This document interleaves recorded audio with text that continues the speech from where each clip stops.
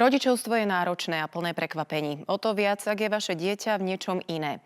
Teraz vám predstavíme otca, ktorý svojmu synovi s Aspergerovým syndrómom vymýšľal rozprávky pred spaním. Dnes je z chlapčeka veľký chlapec a jeho otec svoje rozprávky spísal pre ostatné deti do jedinečnej knihy. Nidal Saleh, autor knihy Ďakujem, že si iný. Vitajte. Syna sme už trochu videli, vidíme, ako vyzerá. Teraz nám povedzte, aký je a v čom je vlastne iný. No, už je veľký chalan z neho a prešiel si, myslím si, celkom ťažkú cestu. Dneska aj vďaka pomoci z rôznych ľudí, ktorí to zobrali naozaj ako srdcovku a snažili sa nám pomôcť, tak je z neho veľký samostatný chalan, ktorý študuje na IT škole strednej a myslím si, že už tá budúcnosť vyzerá trochu lepšie. Trochu odbočím, ale je v pohode s tým, že o ňom hovoríte v televízii? Vie to? Je aj nie je. Už nechce byť nalepkovaný, snaží sa byť naozaj obyčajný. Aj keď si myslím, že tá inakosť je v každom z nás a mali by sme to vnímať, pretože podľa toho sa vieme aj navzájom inak k sebe správať. Pretože pokiaľ niekto napríklad má, stres, tak treba to navnímať a vieme potom sa s ním inak rozprávať a nie vyžadovať od neho proste nejaké veci. A keď hovoríte, že inak sa s ním rozprávať, znamená to, že potrebovala aj iné rozprávky, ako boli klasické rozprávky? Tie rozprávky vznikali, a neviem, či inakosť, ale vznikali veľmi prirodzene. To znamená, že využíval som pritom nielen fantáziu, ale takú nejakú snahu v tom danom období vycítiť tie jeho záujmy, či ide od toho najmenšieho veku, kde boli také ústredné postavy naozaj detské, a až potom neskôr tí hrdinovia, ktorí mali inšpirovať a vždy boli nejakým spôsobom iní, veľakrát vtipný, veľakrát čudný, ale nebolo to nič také, respektíve to bola tá ich sila, ktorou vlastne prekonávali tie Musím ťažkosti. povedať, že my stále hovoríme, že kniha rozprávok, ale úplne presne by bolo asi povedať, že sú to vlastne dve knihy v jednej, lebo každá tá rozprávka, je ich tam 8, ak som dobre narátal, je obalená príbehom, ktorý sa týka aj tých vzdelávacích problémov, aj toho, ako vy, ako otec to prežívate. Možno preto sú tu dve záložky, aby to človek tak čítal. Hej. Ono je veľmi ťažké aj pre knihkupectva, ako kam to zaradiť. Väčšinou to dávajú medzi detskú beletriu. A je to pravda, sú to dve knihy v jednom. To znamená, že aj stránky sú robené farebne tak, aby keby deti sa chceli pozrieť len na rozprávky, tak vlastne vedia ísť priamo do rozprávok, ale tie rozprávky a ten jeho životný príbeh sú jeden celok. To znamená, že tá príbehová časť je skôr pre rodičov alebo pre dospelých alebo pre staršie deti, ktoré sa buď chcú inšpirovať nejakou tou životnou udalosťou, ktoré sú prepletané tými rozprávkami. Rozumiem, že to musel byť ťažký príbeh. Tak sa opýtam, to písanie bola pre vás terapia? Že okrem toho, že tie rozprávky pomáhajú deťom, to samotné písanie pomáha rodičom v takom prípade?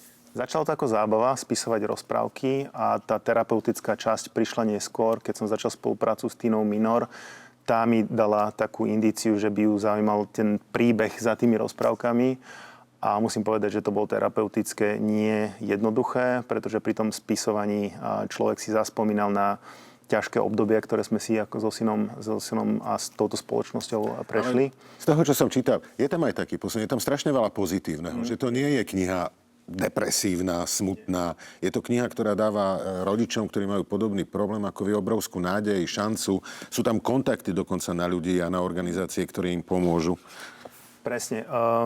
Ako cieľ tej knihy je naozaj inšpirovať, aby pokiaľ si nájdu nejakú tú nádej v tej knižke, v tom príbehu. Trošku budem v nej listovať na kameru, aby tak bola vidieť, aká je krásna tá knižka aj.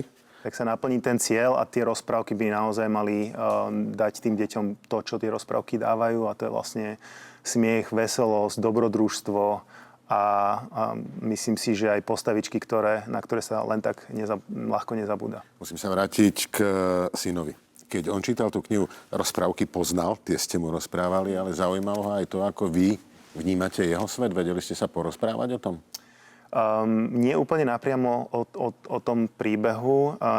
Myslím si, že je to podľa obdobia. To znamená, že niekedy sa rád rozpráva o tom, čo sa stalo, ale skôr sa pozerá dopredu, snaží sa pozerať dopredu a bere to, čo sa stalo, ako proste nejaký fakt a sústredí sa na to, aby sa veci zlepšili a aby išiel tou svojou cestou.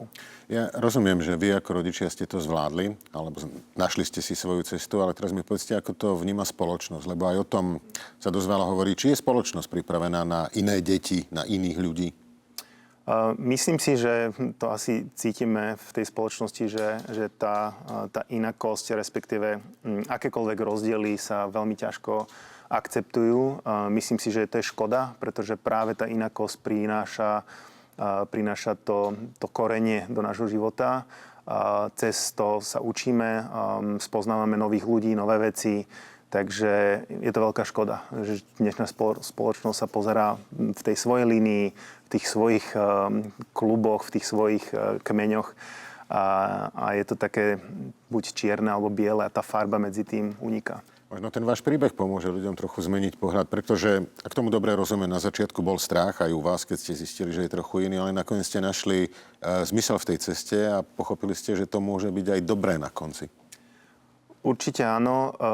Myslím si, že nikoho nezaujíma konkrétne téma autizmu alebo Aspergera alebo akékoľvek poruchy, ale tie príbehy životné sú presne to, čo tých ľudí vie nielen zaujať, ale cez ne vedia nájsť to pochopenie a to uvedomenie si, že aha, je tu nejaký takýto problém. A toto je jeden spôsob riešenia, respektíve toto je nejaký inšpiratívny príbeh, cez ktorý sa vedia k tej téme priblížiť. Veľmi pekne ďakujem, predstavili sme si knižku, ďakujem, že si iný a ja ďakujem, že ste boli s nami. A ja ďakujem.